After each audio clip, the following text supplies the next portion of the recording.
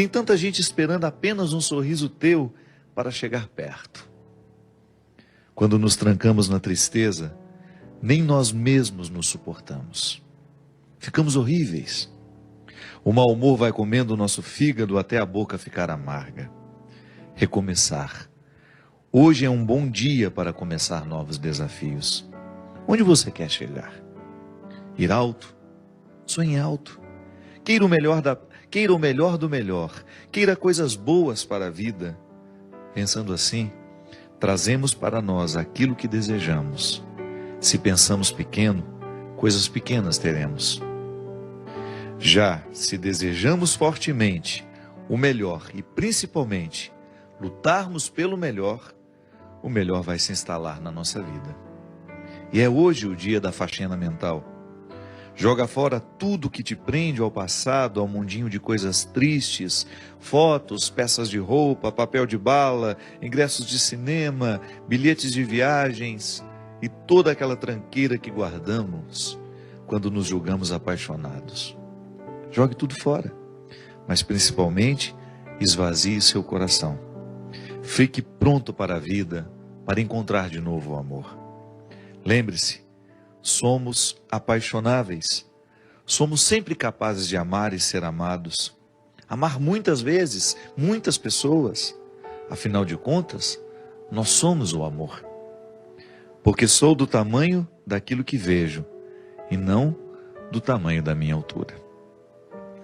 É com muita alegria e com esse poema, que eu não sei, na verdade não é um poema, um texto, encontrei na internet outro dia, achei muito simples, mas ele tão direto, tão capaz de realmente nos dizer coisas simples, que às vezes nós já estamos até acostumados a ouvir.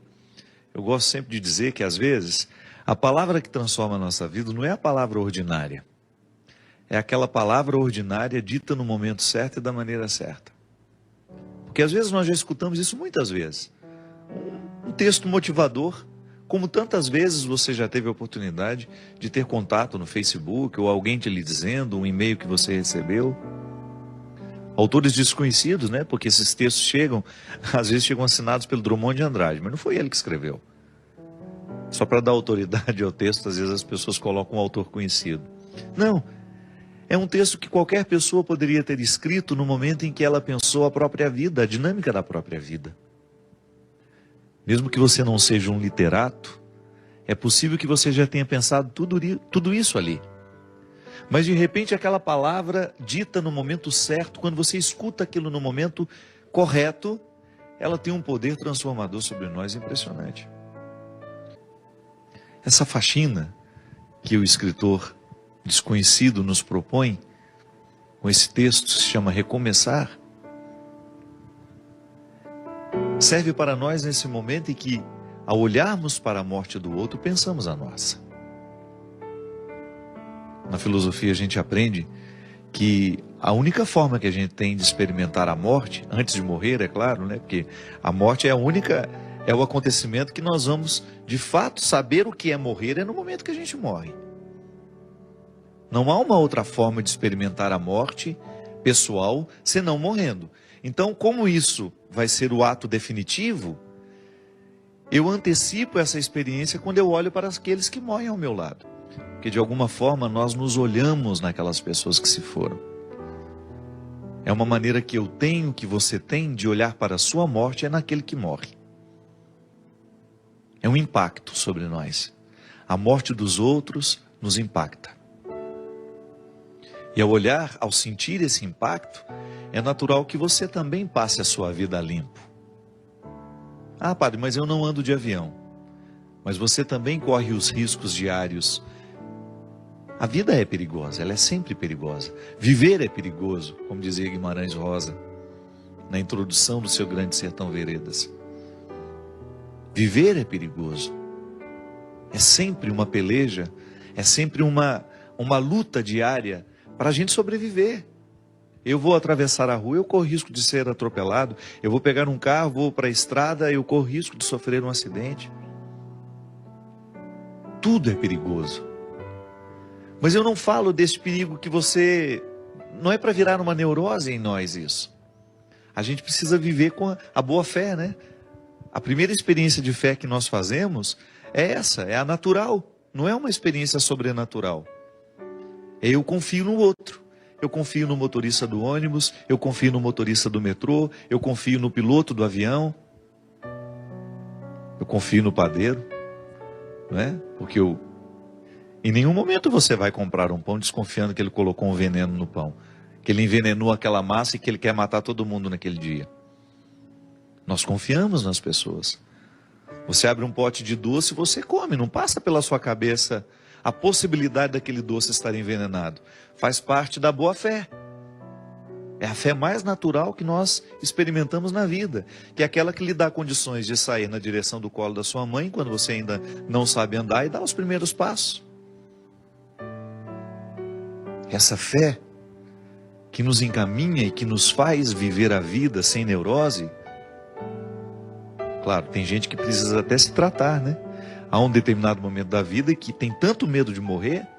Geralmente quando a gente está vivendo um momento muito bom da vida, as pessoas costumam desenvolver essa fobia, o medo da morte.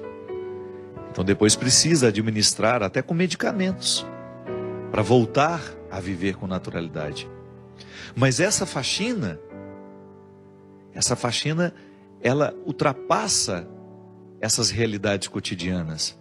Ela entra lá no mais profundo do sentido da nossa vida. É lá onde a gente precisa retirar os excessos, para que a gente tenha condições de extrair o que realmente importa. Porque todos nós queremos ser felizes. Às vezes não somos felizes por causa das escolhas erradas que a gente faz. E quando eu falo de felicidade, eu não estou falando de ausência de problemas. Essa é utópica, essa não existe. Eu estou falando da possibilidade de nós vivermos confortáveis em nós. De você olhar para a vida que você está vivendo e você ficar satisfeito com o resultado que você está tendo. Isso é possível. A nossa vocação é essa. Não é ter uma vida extraordinária. Porque às vezes a gente olha para as pessoas famosas, né? A gente fala, nossa, que vida extraordinária deve ter aquela pessoa. Nada. Quando ela chega em casa, quando ela está a sós com ela, com as pessoas que fazem parte do mundo dela, aquilo é absolutamente ordinário como a vida de todo mundo. Os palcos não são eternos. Aquele astro do cinema que você vê brilhando na tela, olha o que aconteceu com ele. Um homem que ganhou Oscar, um homem que ganhou inúmeros prêmios ao longo da sua vida e de repente não consegue administrar a infelicidade do momento, ou não soube administrar o sair de cena, porque isso também é perigoso. Ninguém está livre de perder o sentido da vida. E eu particularmente penso que pode ser para mim e para você uma oportunidade de nós revermos o que estamos fazendo na nossa vida. Às vezes a gente corre demais, às vezes a gente se expõe a um contexto de tanta necessidade, que a gente acaba morrendo antes da hora. Talvez esteja numa época em que as pessoas estejamos vivendo uma época em que as pessoas precisarão simplificar as suas vidas.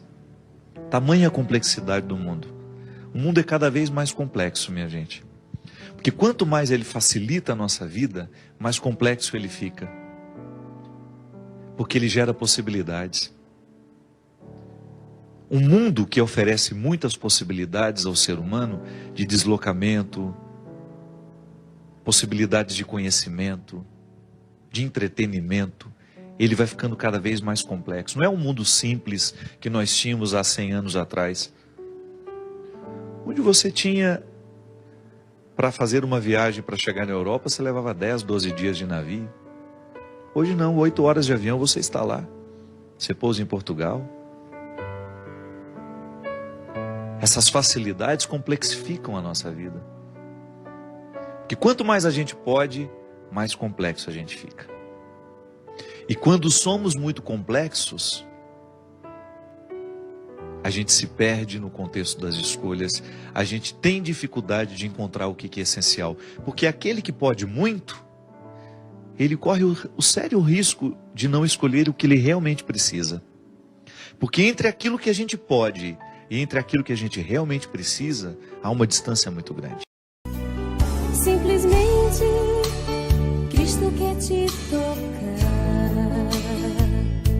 cura tua vida e o coração modificar. Pois na simplicidade Ele te leva à conversão, e o seu projeto é de plena restauração.